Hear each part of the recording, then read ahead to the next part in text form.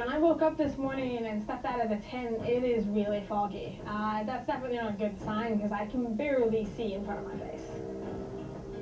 It's definitely harder to hunt in the fog, you know, because you can't see the deer. They are out there. I'm just gonna wait out the fog, and hopefully when it does, there's something there.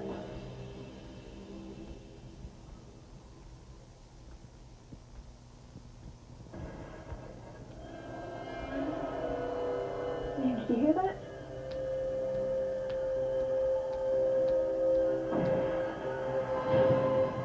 Definitely a gunshot.